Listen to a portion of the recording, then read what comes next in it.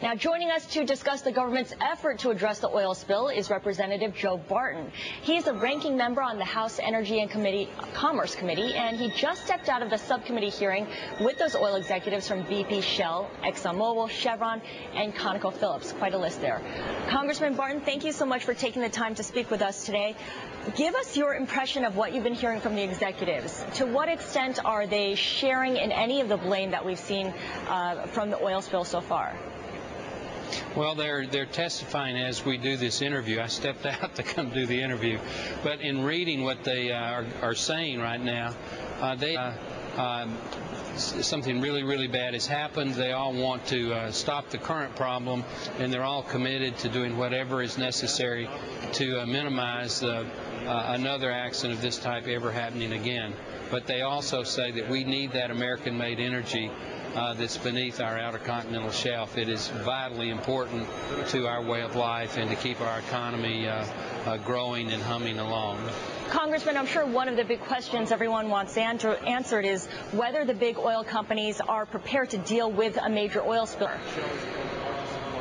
I think that, as I said in my opening statement, your contingency plan cannot just be that the blowout preventer works.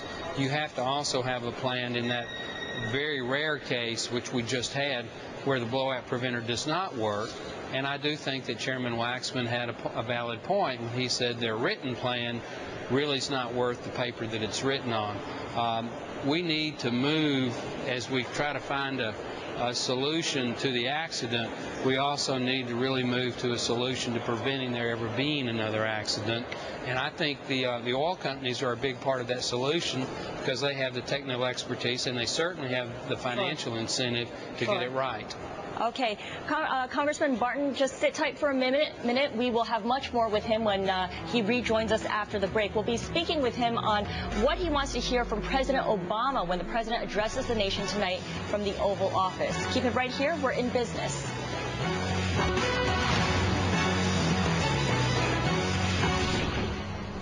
Welcome back. Let's rejoin our guest, Joe Barton, the Republican congressman from Texas. He is up on Capitol Hill. And, Mr. Congressman, the president will be giving his State of the Spill address tonight on prime time. He's reportedly going to use the opportunity to move beyond the oil spill and discuss his energy policy overall. Now, I know the House has passed legislation on carbon trading. Is there the political will in the Senate to address this right now? Well, I hope the Senator has got more intelligence than the President does. If the President pushes cap and trade tonight, that is a huge job killer. It's a huge mistake. Our economy is just now starting to recover. What we don't want to do is start another flight of jobs from America and kill the slight rebound that we're beginning to experience. Cap and trade is cap our economy, trade our jobs overseas. I don't believe it would pass the House today, and hopefully our friends in the Senate have got more sense than to try to bring it up over there. Congressman, what do you want to hear from the president then tonight? Well, I'd like to hear some solutions from the president about how to mitigate the damage. It is a private sector responsibility in causing the oil spill. That is clearly a British Petroleum problem. But it is the federal government that's responsible for mitigation and cleanup. And if the president has a better idea on how to do it, the president ought to give that idea to the American people this evening.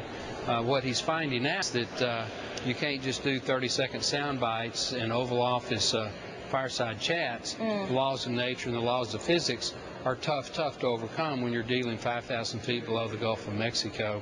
But I think our engineers and scientists are up to the task, and I know that if we work together with the industry and across party lines, we can do things that prevent this from happening in the future. So, Congressman, what have you learned then from this oil spill disaster? Yeah, I do think that it shows that the industry and the regulators were a little bit lax because we haven't had a major accident like this in 50 years. And they kind of relied too much on the blowout preventer being the fail-safe. As we found out that, you need something beyond the blowout preventer. And also, I think at these deep depths, 5,000 feet, as deep as 10,000 feet below the ocean surface, you're really pushing technology, and we need to rethink our procedures in these deep, ultra-deep drilling situations. Congressman, I know that you have said that you are supportive of requiring some additional safety measure placed when it comes to deep water drilling. Can you give us some examples? Well, I can give ideas.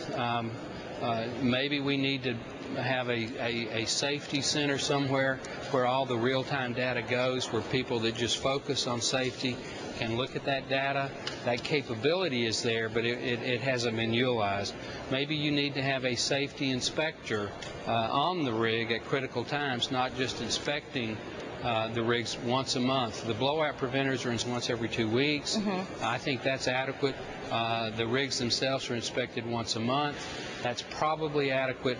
But when you do these critical procedures, when you put the cement muds, maybe there ought to be somebody on the scene that can say, wait a minute, that's not the safest procedure. I'm not saying we should do that, but I'm saying that's something that we should consider. Congressman, what about higher caps on damages that an oil company should pay? And very quickly here. Okay, I think you can raise the cap, but Chairman Markey wants unlimited liability. That's a killer. If you just don't want any drilling at all, then go with an unlimited liability. Okay, thank you so much. We've been speaking with Congressman Joe Barton, a Republican from Texas.